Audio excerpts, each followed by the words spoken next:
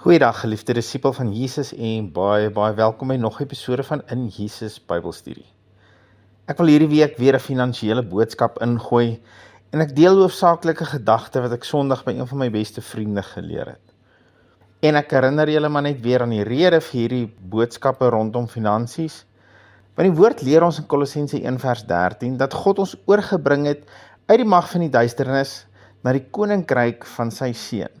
As ons dan in 'n nuwe koninkryk is, moet ons dan ook sekerlik leer hoe werk finansies in hierdie koninkryk. Ek dink een van die grootste frustrasies onder Christene vandag is dat hulle nog na hulle finansies kyk soos voor wedergeboorte en dit hanteer soos die res van die wêreld hulle finansies hanteer. Maar ons is in 'n ander koninkryk waar ander beginsels heers en as ons in hierdie koninkryk wil floreer, dan moet ons sekerlik in alle aspekte, ook in ons finansies, oorgee aan hierdie koning en sy koninkryk. En ons het die laaste ruk daaroor gesels dat God dink anders en hy sien anders en ons wil graag begin dink soos hy en sien soos hy, ook wanneer dit kom by ons finansies. En ek wil net graag twee goed baie duidelik maak voor ons by ons gedagte uitkom. God soek nie jou geld nie. Hy is nie agter jou geld aan nie. Hy soek jou hart. En daarmee saam, ek soek ook nie jou geld nie. My fokus is Jesus en sy bruid. So nou dat ons dit net duidelik het, kom ons blaai dan nou saam na 2 Korintiërs 8 toe. En ons gaan vandag stil staan by vers 12. Nou hierdie hele hoofstuk se tema van bespreking is rondom finansies. Hoofstuk 8 en eintlik hoofstuk 9 ook. En wanneer dit kom by tiendes en saai onder Christene, is baie mense se eerste reaksie, maar ek het niks om te gee nie. Ek trek self ook swaar, en ek werk ook maar vir 'n kranige salaris, en ek ken al hierdie verskonings, en ek het begrip vir al hierdie verskonings.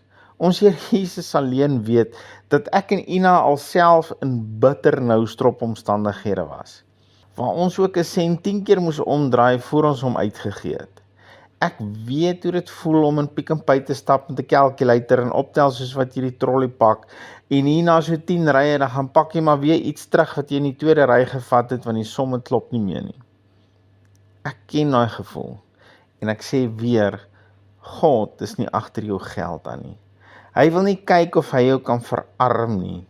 Inteendeel, hy brand om jou te seën.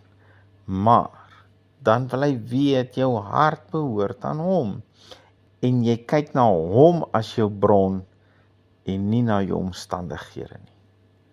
Kyk wat sê hierdie vers in 2 Korintiërs 8 vers 12 en ek lees eers net uit die 33 vertaling, want as die bereidwilligheid daar is dit welgevallig volgens wat iemand besit, nie volgens wat hy nie besit nie. En ek weet jy dink nou, ek verstaan nie hierdie nie. Toe maar, ek het ook nie daai gevang nie. Maar hoor hoe stel die New King James dit. Hy sê, for if there is first a willing mind. As daar eers net 'n gewillige hart is. Die eerste ding waarna Abba kyk is die hart gewillig. Is daar 'n gewilligheid om te wil gee? Voor jy kyk hoe vol of leeg jou beursie of situasie is jy gewillig? Want ek kan jou verseker, as jy nie gewillig is wanneer jou beursie leeg is nie, gaan jy ook nie gewillig wees wanneer hy vol is nie. Dit is maar net hoe die hart werk. Hierdie vers sê, for if there is first a willing mind, it is accepted according to what one has, and not according to what he does not have. Hy sê dat as jy 'n gewilligheid het om te gee, dan maak dit nie saak hoeveel jy gee nie, al is dit R1. Maar is jy gewillig in jou hart om God te vertrou met daai R1? Is hy God ook van jou finansies? Kan jy hom vertrou dat wanneer jy vir hom gee, maak nie saak wat die bedrag is nie, dat hy sal sorg? En dis nie 'n vending machine mentaliteit nie, dat as jy R1 vandag ingooi, dan gaan hy môre vir jou R1000 uitspoeg nie. Hierdie het niks met dit te doen nie. Dis 'n mentaliteit dat God is my bron en hy het my hart. Geld het nie my hart nie. My gedagtes is op God gefokus. Daar waar ek sit langs Jesus in hemelse plekke. Hy is my God, hy is my Pa, maar hy is ook my bron. En ek wil hom eer met alles, ook met my geld. En dit is waar hy jou wil ontmoet. Dit is waar hy vir jou sal wys dat hy getrou is. Dis waar jy hom sal leer ken as 'n liefdevolle God, wat nie sal skroom om vir sy kinders uitspattig goed te wees nie. Maar dit begin by jou gewilligheid. For if there is first a willing mind.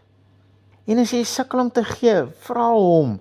Hy sal jou selfs met dit help. Hy is so goed. Maak hom betrokke in jou hele lewe, ook met jou geld. En vra hom om jou hart te help om gewillig te word. Om jou hart te help om gewillig te wees, want jy het hom so lief en jy sal sien, hy gaan jou daar ontmoet. God brand om jou te ontmoet waar jy is, selfs in jou finansies. Here Jesus, dankie dat U ons so intens liefhet, dat U ons ook wil ontmoet in ons finansies. En Here, waar daar vandag dalk 'n onwilligheid is om te gee, waar daar 'n vrees vir tekort, sal U ons kom ontmoet, ook daar in ons vrees, en ons help en ons wys, ons het nie nodig om te vrees nie. You've got this. You've got this. U het dit. U sal ons in ons omstandighede ontmoet, is ons net bereid om oor te gee. As ons eers net kan bereid wees om oor te gee, sal U ons help om ons hart te herskep, om gewillig te wees, om te gee. En U sal ons daar ontmoet. Dankie Here, U is so goed, U is so lief vir ons. Dankie dat U ons eerste lief gehad het, en dat ons U nou kan terug lief hê, ook met ons geld. Ons eer U daarmee, in Jesus naam. Amen. Geliefde van Jesus, hou jou oog op Jesus en jou neus in sy woord. Shalom.